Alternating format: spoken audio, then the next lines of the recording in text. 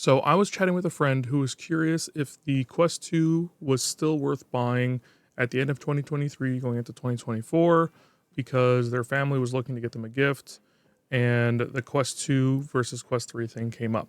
Now in the end, their family had a larger budget, so they decided to go with the Quest 3, but I still wanted to do a video talking about how the Quest 2 is still worth it, why it's still worth it, and a bunch of areas where it is still an incredible device and some ways that the Quest 3 can't really match at this point. So the first thing with the Quest 2 is obviously the price. It is at a point where no headset currently available is able to really compete with it. You can buy it brand new, usually for $200 to $250. Meanwhile, the Quest 3 is anywhere from $500 to $650, depending on the storage size. The Reverb is around $450. If you have a PS5 and you want to go with the PSVR, that's $550. And the Valve Index on top of the food chain there, $1,000. So price comparative, nothing matches up to the Quest 2, and the Quest 2 can be even cheaper if you end up buying used.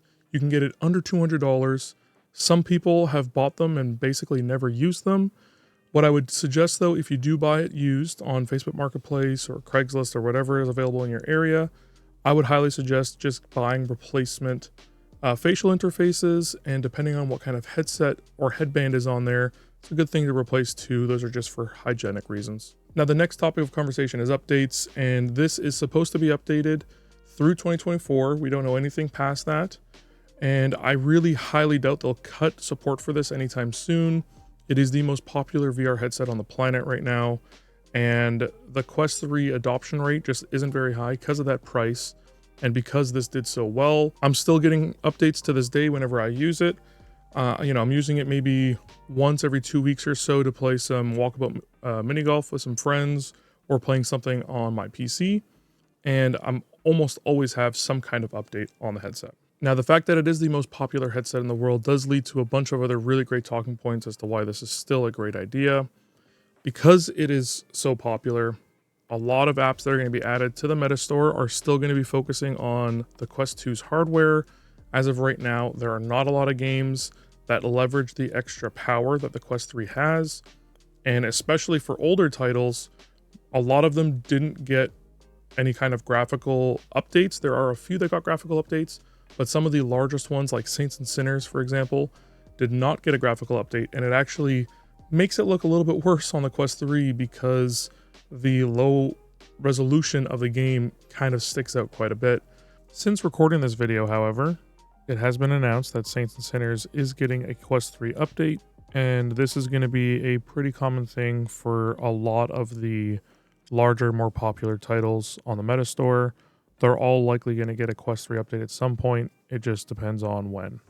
But yeah, most companies are still focusing on the Quest 2 when developing their titles, and a lot of times they're just adding additional features or adding a second mode to be able to use on the Quest 3 at a higher resolution, or leveraging some of those features. So until the Quest 3 adoption gets higher, I don't really see a lot of developers focusing on developing something that'll run really well on the Quest 3 and it won't run well on the Quest 2. I feel like they're going to continue to make sure that games can run well on both so they can continue selling their games. Once the Quest 3 adoption goes up and maybe at some point surpasses the amount of Quest 2 users, then they'll, kind of just entirely focus on the newer generation. But just like when game consoles come out, a lot of times developers will continue to release games on the newer and the older versions, and I feel like that's going to continue with the Quest series. Now, a continuation on that point is that the Quest 3 is just really early in its life cycle. It only came out a few months ago, and as mentioned, a lot of developers are not utilizing the extra hardware or the extra features that the Quest 3 has. Some of them are, after the fact, updating and adding some features like the ability to use the full color pass-through and stuff like that. But on top of games and development, accessories are a really huge thing, especially in the VR space, where trying to improve your comfort, and depending on your main use case, if you're using it more as an exercise device, if you're using it more for relaxation, what have you, there's a lot of different accessories that really help with that. And the Quest 3's accessory availability and options just aren't there yet, and it's probably not going to be there until maybe mid-time next year. The Quest 2 had a really long time to get through it, and a lot of companies rushed really heavily because it was so popular, And again, with the lower adoption rate of the Quest 3, it doesn't seem like companies are rushing as much to get new stuff out. And just looking through Amazon, for example, there's just not a lot of options specifically for the Quest 3 yet. And you're probably like, Dimitri, who cares about all that? Is the Quest 2 still able to do tons of things? And yeah, it is. As I've mentioned, a lot of the games that are currently on the Meta Store still run really great on the Quest 2.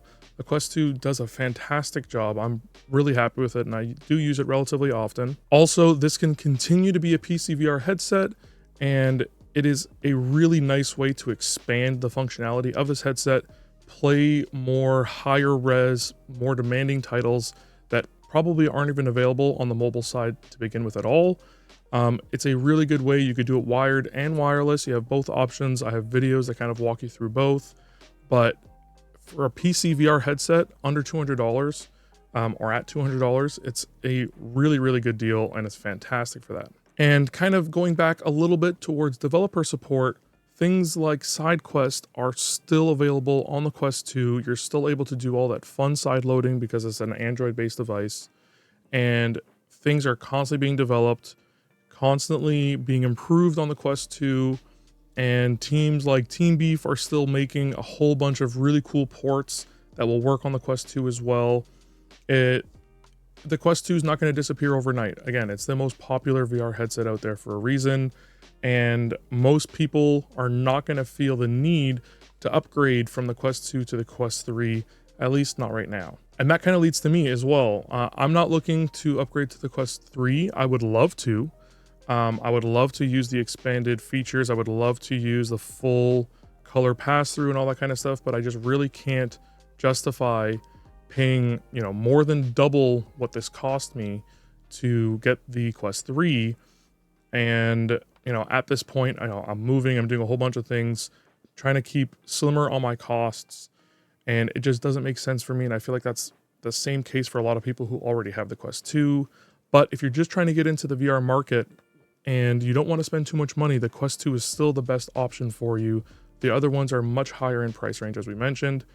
And if you're just looking to do something for PC VR, as I mentioned, under $200, this is great. You don't have to go for the larger size in terms of storage because you're going to be storing all the games on your computer.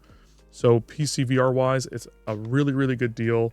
And as I mentioned, I'm still happy with it. It still does a very good job. You still get your hand tracking. You have pass-through, but it's black and white. It's not color like on the Quest 3. This thing overall is still a fantastic headset, and I just can't get over that enough because a lot of people just want to get the newest, best thing possible all the time, and it's not always the best choice for particular people. So with all that said, I will leave links down the description for both the Quest 2 and Quest 3 if you want to pick up either of those. I will also leave some links down the description for some really great accessories for the Quest 2, ones I use and ones I suggest, as well as ones for the Quest 3. I did quite a bit of research when suggesting a bunch to my friend who just picked up their Quest 3.